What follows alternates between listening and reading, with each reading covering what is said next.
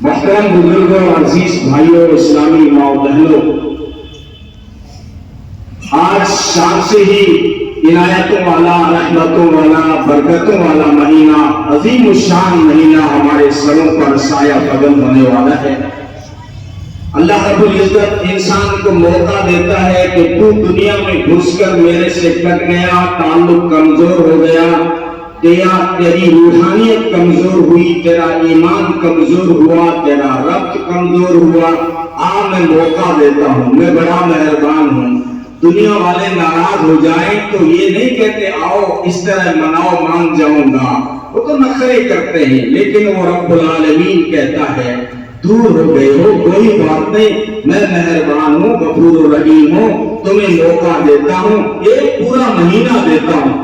میں نے 11 مہینے تہجد کے وقت میں آواز لگوائی، کوئی ہے گناہوں کی معافی چاہنے والا، کوئی ہے اپنی پریشانیوں کا حل چاہنے والا، کوئی ہے مجھ سے اپنے دامن بھر کر لے جانے والا، جو میں بغیر تانا دیے سب کو دیتا رہتا ہوں، میں بہانہ ڈھونڈتا رہتا ہوں۔ یہ آوازیں تہجد میں آتی رہی اور تم خرانٹے مارتے رہے، لیکن اب میں نے پورا مہینہ دیا ہے، اس میں نہ رات کی تخصیص ہے نہ دن کی تخصیص ہے۔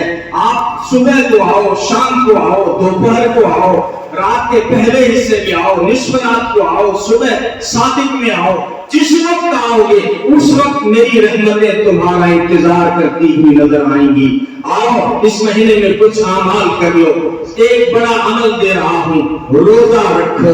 روزہ یہ وہ چیز دے رہا ہوں، یہ تربیت کا خاص خود دے رہا ہوں، اس کا ثواب فرشتے بھی نہیں جانتے۔ الصوم لی وانا اجزی بہ، کہ روزہ تو میرے لیے ہے اور اس کا بدلہ بھی میں وہ دوں گا جو فرشتوں کو بھی پتہ نہیں ہے۔ اور ایک روایت انا اجزا بھی، ارے کوئی چیز روزے کا بدلہ ہو ہی نہیں سکتی، روزہ رکھو گے تو میں اپنا دیدار کروا کر روزے کا بدلہ تمہیں دوں گا۔ یہ تو میں خود ہوں، اس روزے کا بدلہ اپنے ہاتھوں سے دوں گا، اس کا انعام اسپیشل دروازے سے جنت میں گزاروں گا۔ یہ تربیت کے لیے دیا، لعلکم تتقون۔ روزہ کیوں دیا؟ تاکہ تقوی پیدا ہو۔ تقوی کہتے ہیں خدا کے ڈر کو۔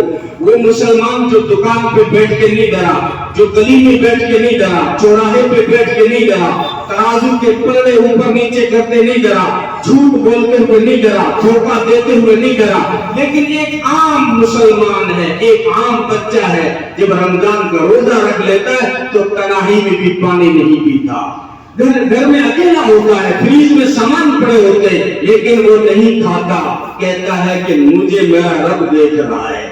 تو یہ احساس پیدا کیا جا رہا ہے روزہ رکھوا کر کہ تنہائیوں میں بھی تو جب گناہ کرنے لگے تو تجھے یہ خیال آ جائے کہ جو تو کرتا ہے چھپ کے اہل جہاں سے، کوئی تو دیکھتا ہے تجھے آسمان سے، کوئی تو دیکھتا ہے۔ یہ تقویٰ پیدا کرنے کے لیے روزہ دیا، اور ایک نفلی عبادت دی رات کو، جس کو حدیثوں میں جو ہے قیام اللیل کہا گیا، محدثین کے اصطلاح میں تراویح کہا گیا۔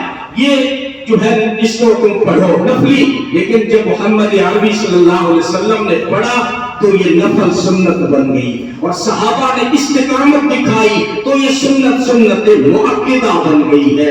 کیا ملے گا؟ فرمایا تراویح میں کھڑے ہو کے میرا قرآن سنو گے، ما تقدم من ذنبہ، تمہارے پچھلے سارے گناہ معاف کر دوں گا، سارے گناہ معاف کر دوں گا۔